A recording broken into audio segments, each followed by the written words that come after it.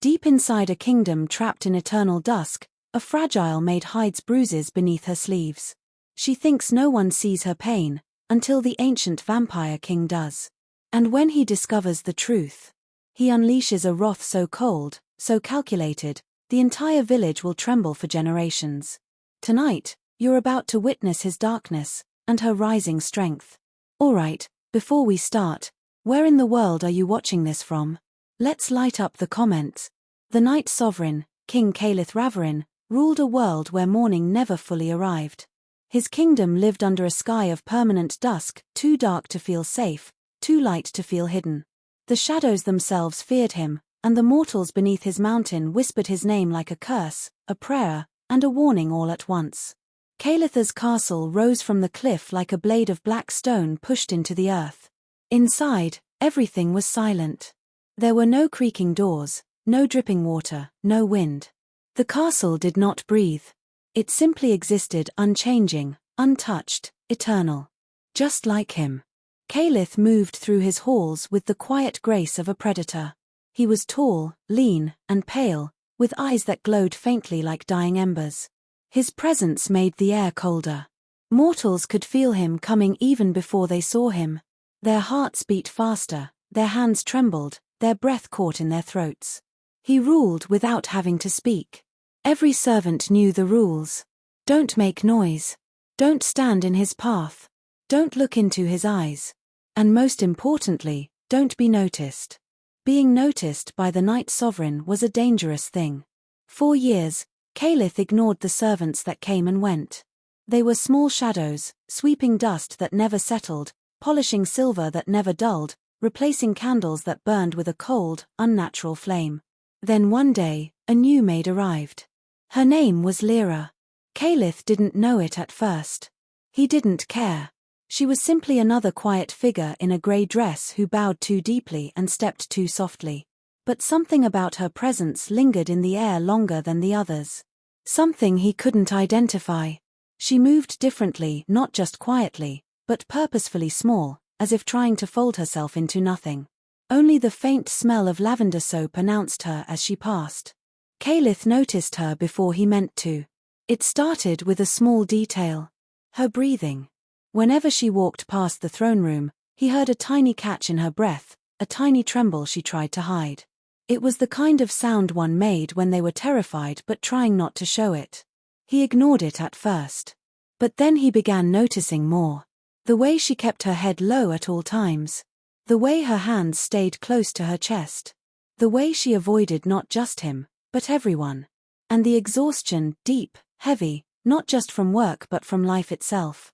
He should have forgotten her the second she left a room. But he didn't. One evening, Calith was seated alone in his throne room. The grand hall was dimly lit, the cold candles glowing without warmth. His throne, carved from midnight stone, sat on a raised platform.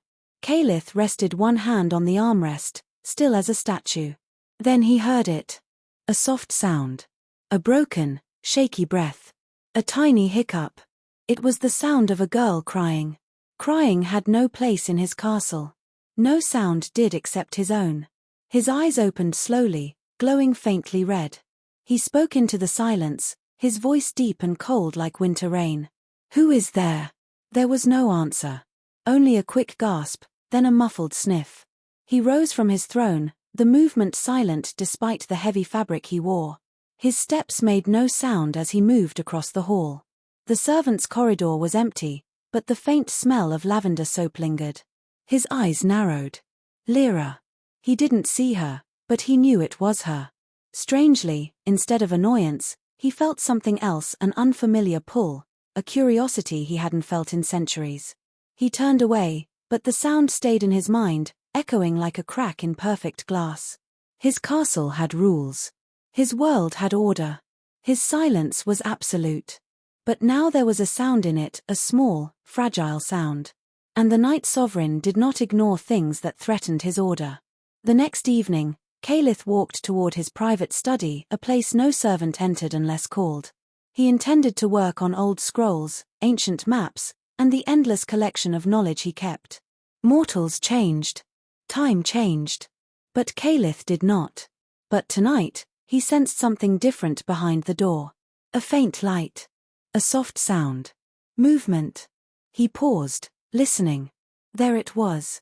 The rhythmic motion of a cloth being rubbed against metal. A servant. Inside his study. That was a violation. He pushed open the door without a sound and stepped into the shadows near the wall. His eyes adjusted instantly to the dim candlelight. Lra was inside. She knelt on the floor before his desk, her small hands polishing a silver dagger. She shouldn't have been there. No maid should have touched his personal items. Yet there she was, trying her best to make something already perfect shine more. Her shoulders were tight. Her hands trembled slightly as she wiped the blade. Every few seconds she glanced toward the door, as if terrified he would appear. Which he had. Caliph watched her silently for several moments. He planned to reprimand her, perhaps frighten her slightly so she would never enter this room again. But then it happened. Lra pushed a strand of hair behind her ear, and her sleeve slid down. Caliph's eyes sharpened. On her forearm was a bruise. Not a small one. Not a normal one. A dark, ugly, hand-shaped bruise, fingers digging deep, the center almost black. His expression didn't change, but inside him something cold moved. A crack through the silence. Lra didn't notice. She continued her work until she accidentally dropped the dagger. It clattered loudly on the floor, echoing through the room. She froze. Then, very slowly, she looked up and saw him. Her eyes widened in pure terror. She scrambled to pick up the dagger, bowing her head so low her forehead nearly brushed the floor. My lord, I'm sorry, I didn't mean, please forgive me, please. Her words fell over each other, shaking, breathless. Caliph didn't speak. He didn't move. He simply looked at her sleeve, at the bruise now hidden beneath the fabric. She realized where he was staring and panicked. She yanked her sleeve down roughly, clutching her arm to her chest. It's nothing, she whispered. Just a small mistake. It won't happen again. He stepped forward once. She gasped and bowed lower. Who did that to you? Caliph asked quietly. You mean my arm, she stammered. Yes. Lra kept her face toward the floor, trembling so hard he could see it from across the room. It was an accident. That is a lie, Caliph said. His voice was not loud, yet it cut through the room like a blade. Lra flinched as if struck. I can't, I'm sorry, my lord, she whispered, voice cracking. She didn't explain. She didn't defend herself. She just begged silently not to be questioned. Caliph watched her carefully. Her heart raced wildly, he could hear it. Her breath shook, uneven and frightened. Her hands clutched her sleeves tightly, desperate to hide what he had seen. This was not fear of him. This was fear of something else, someone else. Look at me, Caliph said. Lra's entire body stiffened. My lord, please. I can't. It was not a request. Slowly, painfully slowly, she lifted her head. Her eyes glistened with tears she tried to blink away. The fear there was so deep, so familiar, that it didn't belong to someone who had only worked in the castle a short time. Someone had broken this girl long before she ever stepped foot in his domain. Caliph leaned forward slightly, studying her like a puzzle. Who hurt you? She shook her head quickly. No one. Another lie. A bad one. But he did not force her. For a reason he could not explain, he didn't want to terrify her further. Instead, he straightened. You are not to enter this room again without being summoned. She nodded rapidly. Yes, my lord. I understand. Stand, he said. She rose shakily to her feet. She kept her eyes lowered, her breathing fast and shallow. She was prepared for punishment, maybe even pain. Caliph extended his hand slightly, not to strike, not to touch, simply to see her reaction. Her entire body recoiled. She stumbled backward, almost tripped over the rug, and caught herself on the edge of the desk. Tears spilled from her eyes before she could stop them. I'm sorry, she whispered. I'm sorry, please, I'm sorry. The apology wasn't for him. It was a reflex, something beaten into her. Caliph slowly lowered his hand. I will not harm you. She looked up at him in disbelief, as if the idea was impossible. She whispered. I didn't mean to upset you. I didn't mean to be seen. That last part hit him unexpectedly. I didn't mean to be seen. He studied her closer. Leave, he said finally. Lra fled the room so quickly she nearly left the candle behind. Caliph stood alone in the silence again. But the silence was different now. It wasn't peaceful. It was broken. He looked at the spot where she had knelt. He remembered the bruise. He remembered the terror in her eyes, terror not caused by him. Someone else had done that. Someone else had dared to mar a servant in his castle. Someone else had brought ugliness into his perfect order. Caliph felt something ancient and sharp move inside his chest, something he had not felt in centuries. Not anger. Not pity. A cold, merciless promise. Whoever had harmed Lra would be found. And when Caliph found them, they would learn why the world feared the Night Sovereign. The castle returned to its usual silence after Lra fled Caliph's study, but the silence felt different now, heavier, sharper, as if the walls themselves were holding their breath. Caliph stood in the dark for a long time, his glowing eyes fixed on the door she had run through. He had seen thousands of humans in his immortal life. He had watched kings rise and fall, watched warriors scream in battle, watched thieves lie with bold faces. But he had never seen fear like hers. This wasn't simple fear. This was learned fear, fear carved into the bones. Fear taught through pain. Something inside Caliph shifted. Not emotion. He was too old for that. But something akin to instinct, something cold and predatory, stirred inside him. He wanted answers. The next dawn that was not dawn. Because his realm lived in eternal dusk, time didn't flow the way it did in the human world. Yet Caliph always knew when his castle stirred. He stood on the highest balcony, watching the valley below. Down there, tiny lights marked the small village where his servants lived. Somewhere among those small houses was the cause of Lra's bruises. His eyes narrowed. Soon. But not yet. For now, he needed to observe. A shift in the castle. Lra arrived earlier than usual the next day. Her steps were quiet, almost silent, but he could hear her heartbeat from 2 floors away. It wasn't racing the way it had last night. It was still nervous, still cautious, but steadier. She believed she had escaped punishment. How wrong she was. Not because Caliph wanted to punish her, but because he intended to punish someone else. He followed her movements without being seen. She dusted the long hall of portraits, careful to never glance at the ancient vampire faces staring down from the walls. At one point, she paused as she passed the large window overlooking the village. Her hand rose unconsciously to her arm, pressing lightly where the bruise hid beneath her sleeve. Her eyes softened, but not with sadness. With dread. Caliph watched silently from the shadows above. She fears returning home. That means her abuser lives there. And she expects more bruises. His hands curled into fists. A sudden noise. While cleaning the library shelves, Lra reached too high and accidentally knocked a stack of books to the floor. Thump. Thump. Thump. The sound echoed loudly, too loudly. Her body seized. Her breath caught. A tiny cry escaped her lips. No, no, no, she whispered, already dropping to her knees, scrambling to pick them up. Caliph stepped from the shadows, appearing silently behind her. Stop. The books froze in her hands. She swallowed hard and forced herself to turn. My lord, I didn't mean, I wasn't careful, please, I'm so sorry. He moved closer. She flinched back instinctively. He stared down at her trembling form, then spoke softly. You are afraid of everything. She froze. Her lips parted, but nothing came out. He lowered himself slightly so he wasn't towering over her. Fear like that does not come from a dropped book. Lra's eyes glistened. My lord, I can fix my mistakes. Please, just let me. I am not speaking of your work. She tensed further. Caliph's gaze slid to her sleeves. Her arm trembled as if she expected him to pull the fabric back. He didn't. Instead he said, the bruise I saw was not an accident.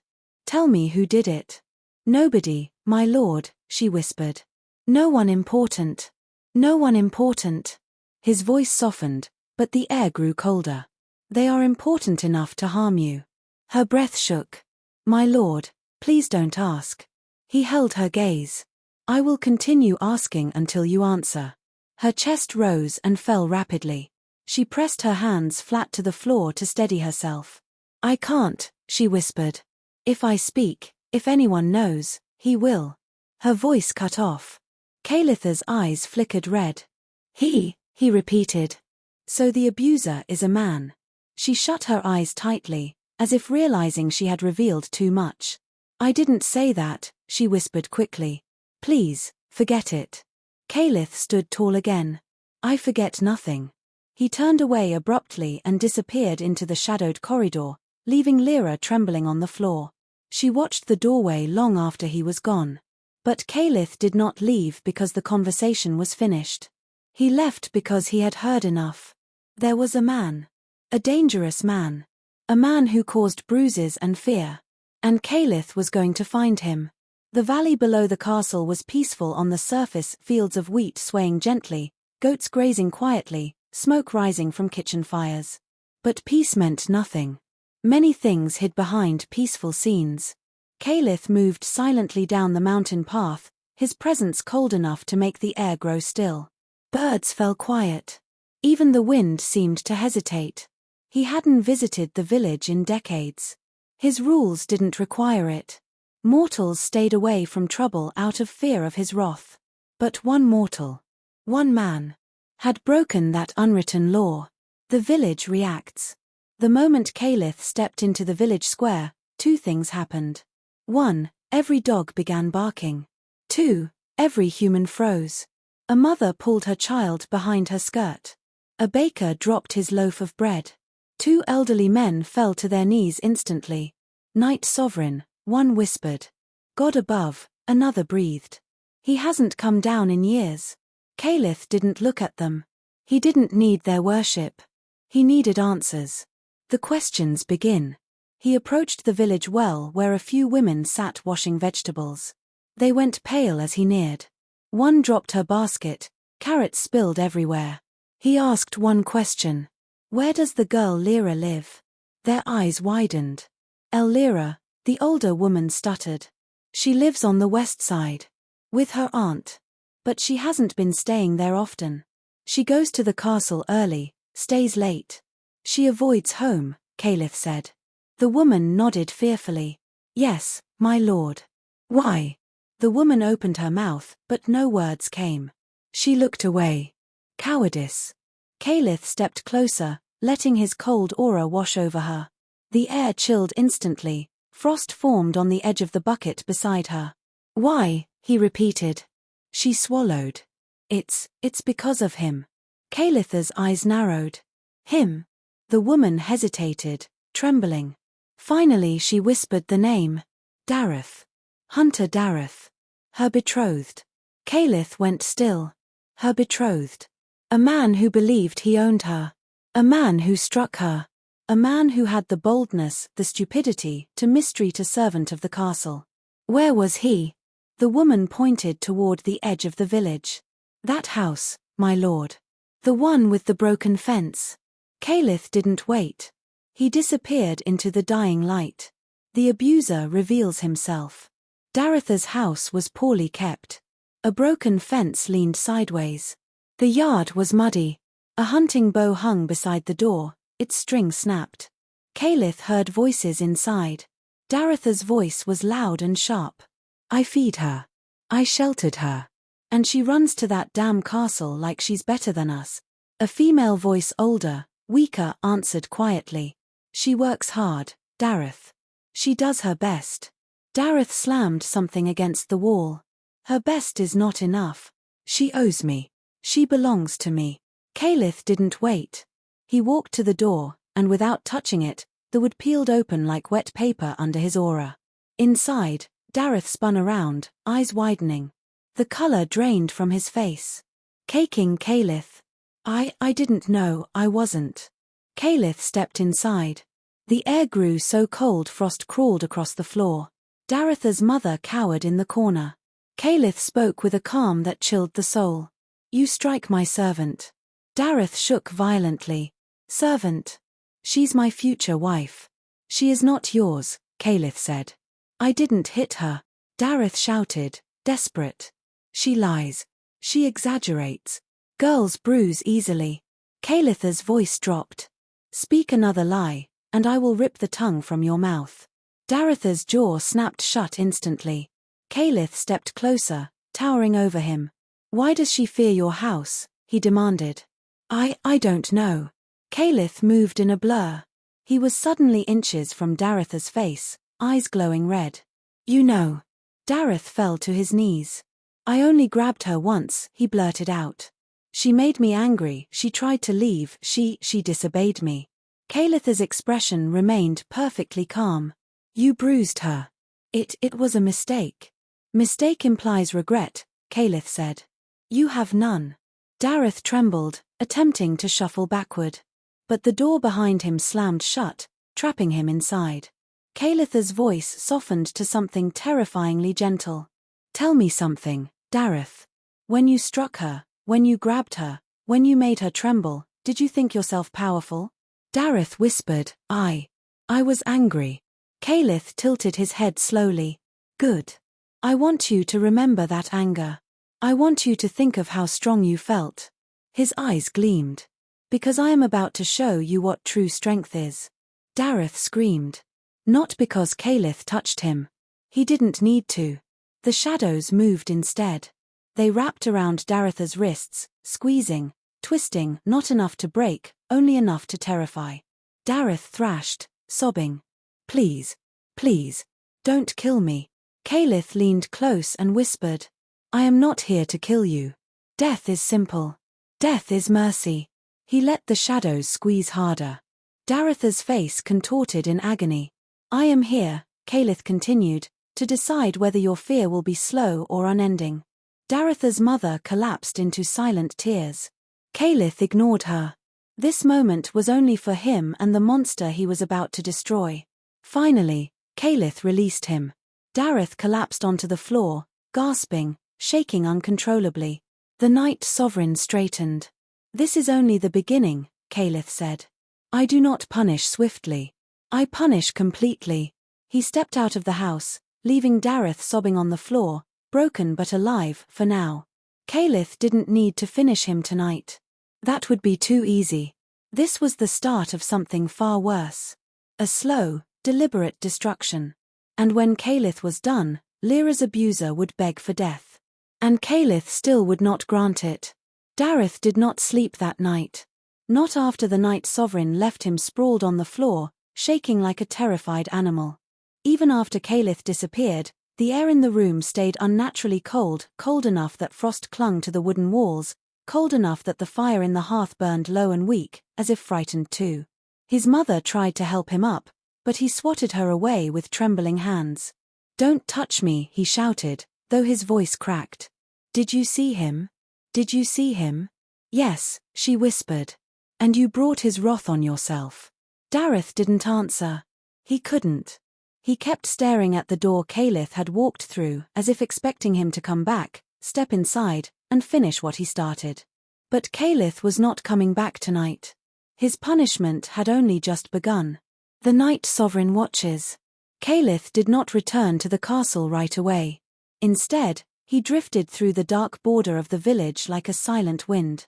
The shadows wrapped around him naturally, hiding him from mortal eyes. He didn't need to be inside Dareth's home to know what was happening. Fear had already taken root. It had sunk into Dareth's lungs, settled in his bones, sharpened his heartbeat. Caliph could hear that quick, uneven pulse from hundreds of steps away. Good. Fear was the first seed. Now came the others. Sabotage begins. Before dawn, Caliph slipped into Dareth's workshop, the little hunting shed behind the house. It smelled of old metal, dried blood, leather, and sweat. Tools hung neatly on the walls. Dareth was a strong man, a skilled hunter. Caliph intended to take both those things away. He touched the bowstring stretched across Dareth's handmade hunting bow. His cold fingers brushed the string just once.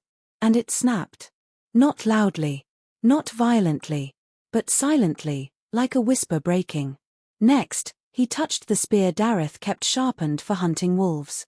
The metal tip, once sharpened to perfection, curled inward like it had been melted. Then the traps, Caliph brushed his fingers along each one, leaving behind a trace of frost so thin a human eye wouldn't notice. But the next animal that stepped on them would escape unharmed. Every physical tool Darth relied on, every symbol of strength and control, withered under Caliph's touch.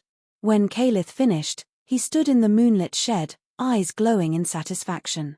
A hunter is nothing when he cannot hunt. But Caliph was not done. The whispering wind. As the village began to stir, Caliph stood outside the tavern. Drunk men still snored inside. The tavern keeper slept on a bench near the door. Caliph's voice traveled on the wind, soft and cold, straight into the man's half-dreaming mind. He steals from you. He hides coin under his floorboards. Darth is not loyal. He will betray you all. The tavern keeper twitched as the whispers curled into his thoughts. Caliph didn't repeat the words. Once was enough.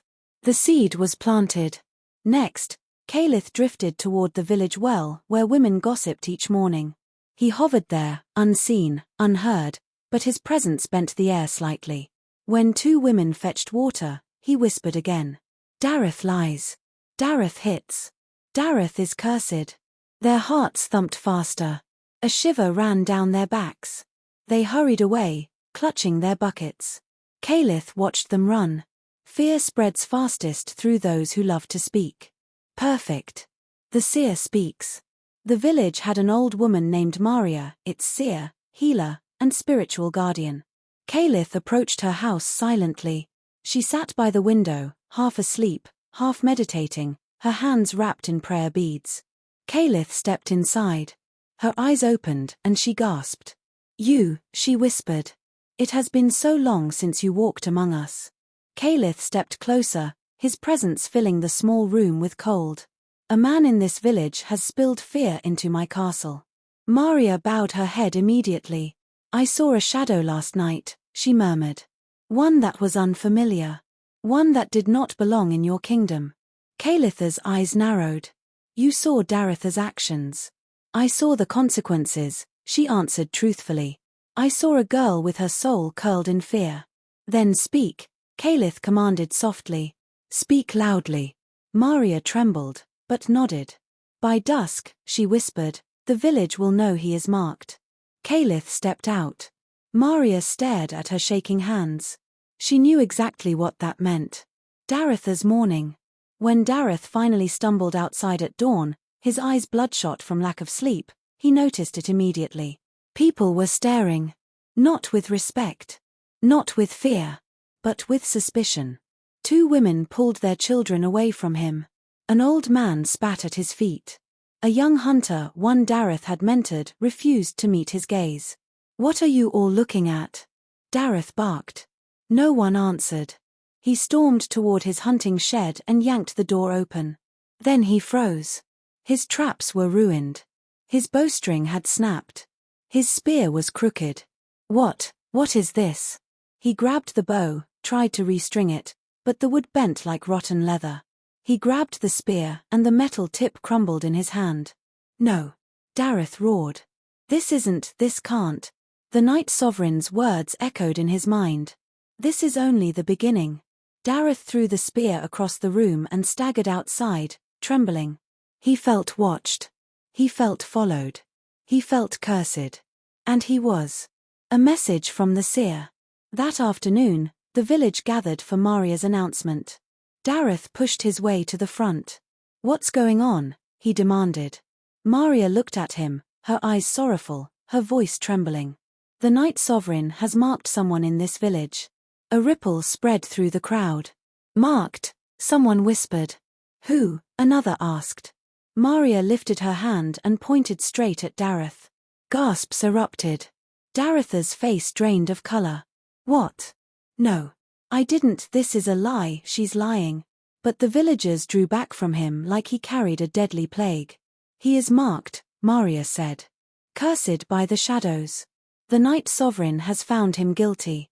She didn't say guilty of what. She didn't have to. Everyone knew. And in a village fueled by fear, They didn't need proof. Darth stumbled backward. His breath came in sharp gasps. No, no, you're wrong, he whispered. You're all wrong. But no one listened. For the first time in his life, he was the one powerless. And Caliph watched from the edges of the crowd, unseen, a faint smile touching his lips. The days that followed were torture for Darth. Not physical torture. Caliph was saving that. This was psychological torture, slow, steady, inevitable. The kind that breaks a man before a single bone is touched. Day 1, failure. Darth went hunting to prove he wasn't cursed. He returned empty-handed. Every single time. His arrows bent mid-flight. His traps triggered without catching anything. Even deer ran faster when they heard him. By evening, 3 hunters had laughed at him. Darth can't even feed himself anymore. Maybe the Night Sovereign stole his strength. He deserves it. Darth clenched his fists, but his anger felt weak compared to the cold dread inside him. Day 2, accusations. Someone's coin pouch went missing at the tavern. The tavern keeper pointed at Darth immediately. I know you took it. I dreamt of you stealing. It wasn't me, Darth shouted. I didn't take anything. But no one believed him. Give it back, someone yelled. You thief, another voice hissed. A bottle was thrown. It shattered at Darth's feet. He fled. Caliph watched from the rooftop above, silent. Fear multiplied like fire when fed. Day 3, isolation. Darth's mother tried to comfort him. But she too was afraid now. You should leave town, she whispered. What? He snapped. I'm not leaving my home. Her eyes filled with tears. You don't understand. People believe you're cursed. They think you brought danger into the village. Darth slammed his fist on the table. I didn't do anything. His mother winced. That is what all monsters say, she whispered. Darth froze. His rage cracked. His voice softened. I'm not a monster, he whispered. I just made mistakes. But his mother didn't answer. Lra feels a shift. Back at the castle, Lra noticed it too. The heaviness she always carried. The dread. The tension in her body. The constant fear of going home. It was lifting. Not completely. Not magically. But slowly, something was changing. When she cleaned the windows overlooking the village, she saw people gathered near Darth's home. She couldn't hear the words, but she saw how they pointed, how they whispered. She clutched her sleeve. What's happening? She whispered to herself. She didn't know. She couldn't guess. But she felt something she hadn't felt in years. Hope. Day 4, the shattering. Darth tried to fix his hunting spear. He placed the metal in the fire. He hammered it again and again. He poured all his desperation into fixing it. But when he struck the metal a final time, crack! The entire head of the spear split into pieces. Darth let out a guttural scream, throwing the handle across the room. He fell to his knees. Why is this happening to me? Because the Night Sovereign had decided it, that's why. Outside his shed window, a shadow flickered. Caliph, watching silently. When she cleaned the windows overlooking the village, she saw people gathered near Darth's home. She couldn't hear the words, but she saw how they pointed, how they whispered. She clutched her sleeve. What's happening? She whispered to herself. She didn't know. She couldn't guess. But she felt something she hadn't felt in years. Hope. Day 4, the shattering. Darth tried to fix his hunting spear.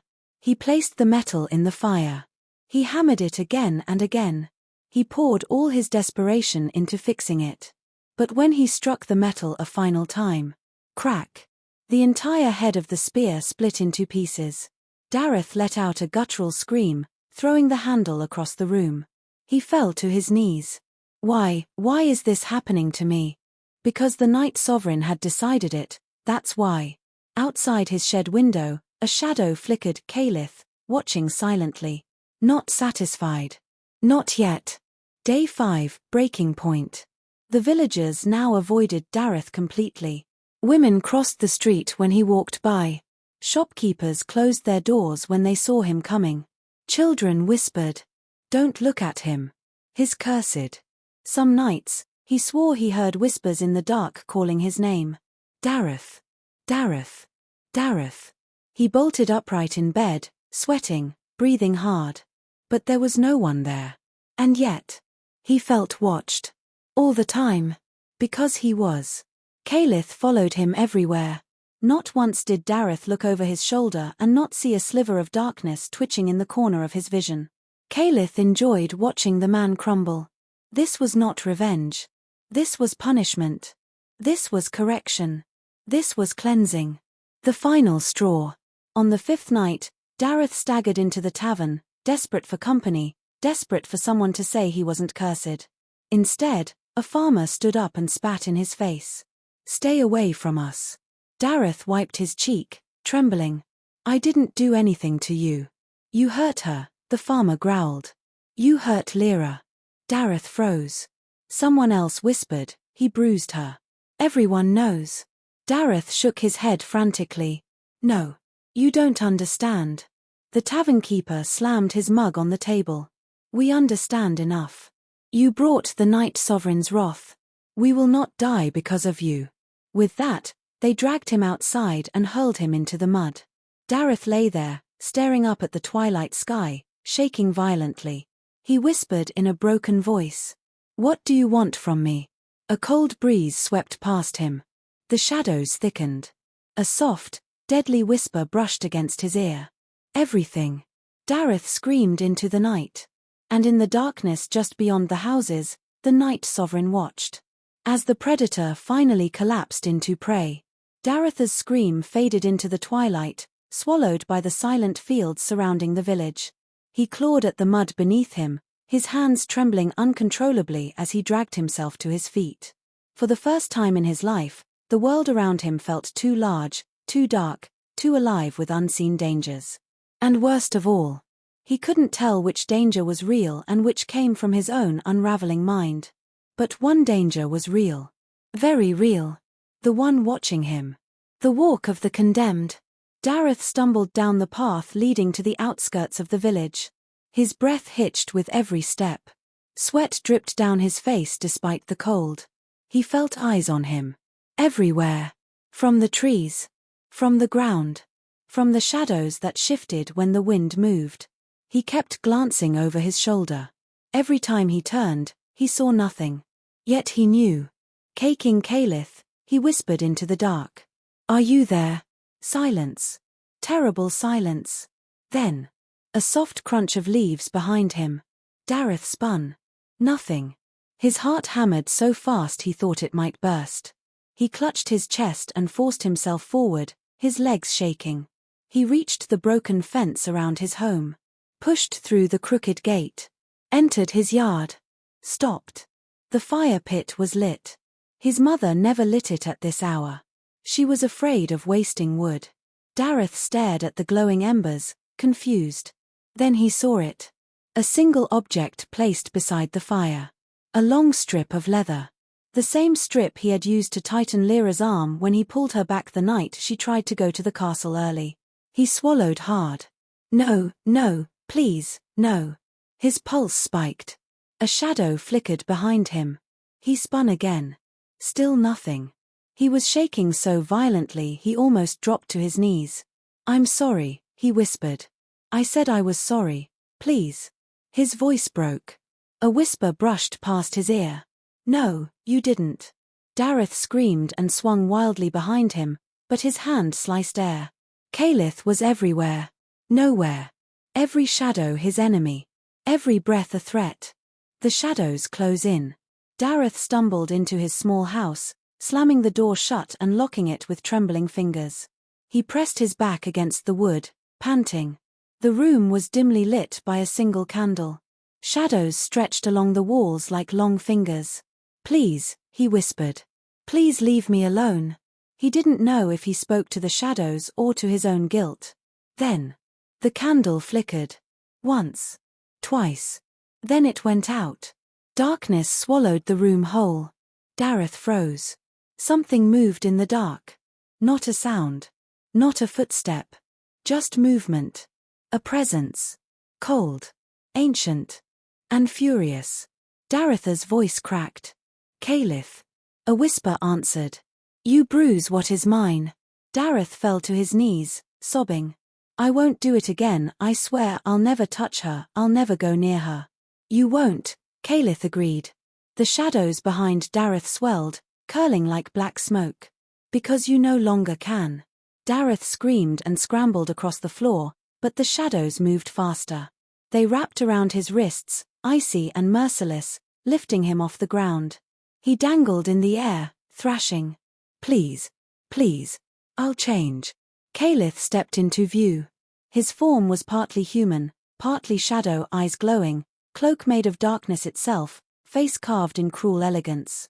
He studied Darath like one would study an insect. You have already changed, Caliph said softly. From a predator to prey. Darath shook violently. Mercy. Caliph walked closer until their faces were inches apart. Mercy is for the innocent. He closed his hand slowly. The shadows tightened. Bone cracked. Just enough to make Darath scream. Just enough to make him understand what was coming. But Caliph did not break him completely. Not yet. He whispered in a calm, cold voice. You are not finished. Not tonight. He released Darath, letting him collapse to the floor, sobbing uncontrollably. Caliph stepped back. This, he said, was only a reminder.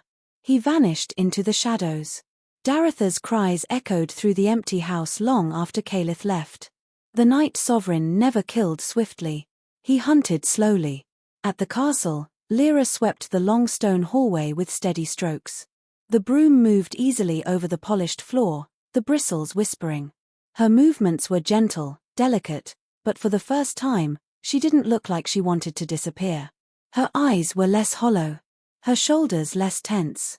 It was as if an invisible weight had been lifted from her. Because it had. Though she didn't know by whom. Caliph observes. Caliph stood silently on the upper landing, watching her work. His presence went unnoticed, she was still far too innocent, too fragile to sense a vampire's gaze. She hummed softly as she swept. A sound he had never heard from her. The first time he'd heard her voice, it had been shaking, desperate. Now it was hesitant, but almost calm. The change stirred something in him. Not warmth. Not pity. Something colder. Something possessive. She didn't know he had punished the man who hurt her. She didn't know Caliph had destroyed him piece by piece. She didn't know the shadows followed Darath like a death sentence. And Caliph preferred it that way. Let her heal freely. Let her think the world was finally softening. He would deal with the darkness for her. A sudden fright. As Lra swept, one of the tall decorative vases near the wall wobbled. She hadn't touched it, it simply shifted on its pedestal, perhaps loosened with age. But Lra panicked. She lunged forward and caught the vase just before it toppled. Her breath came in quick gasps. Her hands shook. She whispered to herself, "It's okay, it didn't break, it's okay." Caliph watched her freeze, waiting for someone to yell at her. Waiting for punishment. Waiting for pain. He stepped forward. This castle does not strike you for accidents. Lra jolted at the sound of his voice, the vase nearly slipping again. My lord, I didn't mean to, I caught it, see? Nothing is broken. Caliph approached her slowly, so she wouldn't think he intended harm. She pressed her back against the wall as he neared, holding her breath. He stopped an arm's length away. His voice softened, calm but firm. You do not need to fear me. Her eyes darted to the floor. I fear everyone. Why? Caliph asked, though he already knew. Because you were beaten? She flinched sharply. He expected no answer. She gave none. I do not strike those who serve me, Caliph continued. Nor do I allow others to. Her fingers tightened around the broom handle. Her lips trembled slightly. Then, her voice small, shaky. Why? Caliph blinked. Humans rarely questioned him. Never openly. He stepped back slightly, not out of discomfort, but to give her space. You are under my roof, he said. And nothing under my care is to be harmed. Her eyes lifted just an inch. Nothing, he confirmed. Her body relaxed, only a fraction, But it was enough. She nodded and resumed sweeping. Caliph watched the slight softness in her movements, the tiny spark of safety beginning to grow inside her. It stirred him in a way he did not expect. The flower. Later that evening, after Lra finished cleaning the upper corridors, she carried her bucket and broom down the main staircase. Caliph stood at the base of the stairs. She froze again, gripping the broom handle. Caliph stepped aside to give her space. She hurried past him, gaze on the floor. But as she passed, something slipped from her pocket. A small white mountain flower. It floated to the floor at his feet. She gasped softly and knelt to retrieve it. Caliph picked it up first. Her breath hitched. "No, please, that belongs to the shrine. I didn't steal, I meant to place it in the chapel." He turned the flower gently between his fingers. "It is a flower," he said. "Not a treasure. It's an offering," she whispered. "For protection." Protection. His gaze sharpened. "For yourself," he said. She nodded, eyes lowered. "Who were you offering it to?" he asked quietly. "The gods." She hesitated. Then she whispered. "To whoever is watching." The words struck him. Whoever is watching. She felt safer. Because she thought something unseen was protecting her. She didn't know it was him. Caliph placed the flower back in her hand. "You may offer it," he said. She looked up at him, truly looked this time. He held her gaze without any coldness, without cruelty. Her lips parted in a tiny breath.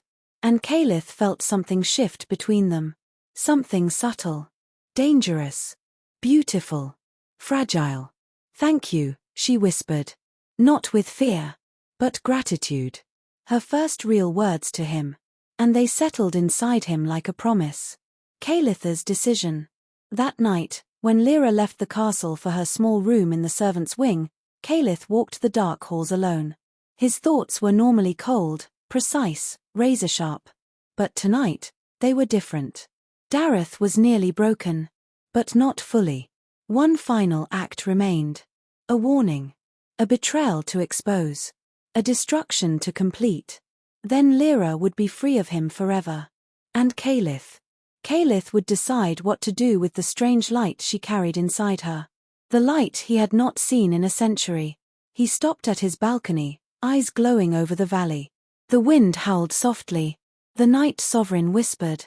"Tomorrow, we end it." And below, in the village, Darth woke from a nightmare screaming. Because he knew the same. The night wind moved through the village like a dying whisper. Houses were locked, windows shuttered, candles blown out earlier than usual. People huddled together in silence, as though afraid even their breath might draw something unwanted near. They were right to be afraid. Something was near. Something ancient. Something furious. And tonight, it wasn't hiding. Caliph stood at the edge of the village, his cloak blending into the darkness like liquid shadow. His eyes glowed faintly, not with hunger, not with cruelty, but with the cold promise of justice. He had watched Darth's fear grow for days. He had watched the villagers turn against him. He had watched Darth's strength rot from the inside. But now, it was time. Time for the end. Time for the final collapse. Darth runs from his shadows. Inside his house, Darth paced like a trapped animal. His eyes were bloodshot, his breaths shallow and fast. He flinched at every creak, every gust of wind, every shifting shadow. "No, not again, he can't come again," he muttered to himself, clutching a rusted knife. I'll fight this time." But the tremor in his hand betrayed him. He was already broken. A sudden knock slammed against the door. Darth screamed. "No. Please, please don't come in." The second knock was louder. Then the third knocked the door off its hinges. It fell flat into the house with a thundering crash. Darth stumbled backward, the knife flying from his grip. And there he stood. Caliph. Filling the doorway. A figure carved from darkness. Eyes glowing like molten garnet. Aura colder than midwinter stone. Darth fell to the floor, scrabbling backward. "Stay away. Please." Caliph stepped inside with slow, deliberate movements. "Tonight," the Night Sovereign said, "your punishment ends." Daratha's voice broke. Ends. Ends. You'll kill me. No, Caliph said softly. Death is an escape. And you do not deserve escape. Darath sobbed, shaking violently as Caliph approached. Please. I'll repent. I'll kneel. I'll serve. Caliph closed the distance in one silent stride and gripped Daratha's chin with unnatural strength. You will serve nothing, he murmured. You will learn. He leaned forward slightly. And they will learn from you. Darath frowned through his tears. Who? The village gathers. When Caliph dragged Darath outside, the villagers watching from behind their shutters gasped. They couldn't see clearly. They couldn't understand. But they knew this was no ordinary night. Caliph pulled Darath into the center of the square, throwing him onto the ground with casual ease. Villagers began creeping from their homes, drawn by fear and curiosity. Soon, a circle of trembling humans surrounded them, whispering. Caliph raised one hand. Silence fell instantly. Even the wind stopped moving. The accusation. Calith's voice cut through the air like the slow draw of a blade. You all know why he is here. No one dared answer. Caliph fixed his gaze on Darath. You battered a girl who feared even to breathe in your presence. Darath shook his head desperately. I didn't. Calith's gaze sharpened. You bruised her. You controlled her. You stole every breath of freedom she possessed. Darath whimpered. A murmur rippled through the crowd. People shifted uneasily. Some cried. Some turned away. This, Caliph said, is the last time you will harm anyone. He lifted Darath effortlessly with one hand like he weighed nothing. The villagers gasped. Caliph dragged him toward the giant elder oak at the edge of the village, the tree every child was warned not to touch. The judgment tree. The binding of the hunter. Caliph pressed Daratha's arms against the trunk. Shadows extended from the roots like living chains, wrapping around his wrists and ankles, locking him in place. Darath howled. Please. Stop. Please. Caliph ignored his cries. You wished to control her, he said. Now learn how it feels to have no control at all. The shadows tightened until Darath could not move a muscle. His chest heaved. His eyes bulged with terror. His voice broke into a desperate whisper. Have mercy. Caliph stepped back. I am not here to grant mercy. He raised his hand. And the shadows obeyed. The breaking begins. The shadows surged, pinning Daratha's body with unnatural force. A snap echoed. Darath screamed so loudly birds exploded from the treetops. The villagers recoiled in horror. Calith's voice stayed calm, cold, methodical. That is for every time you struck her. Another snap. Darath shrieked again. That is for every time she hid her bruises in shame. A third. This time Darath nearly passed out. And that, Calith whispered, is for the fear you planted in her bones.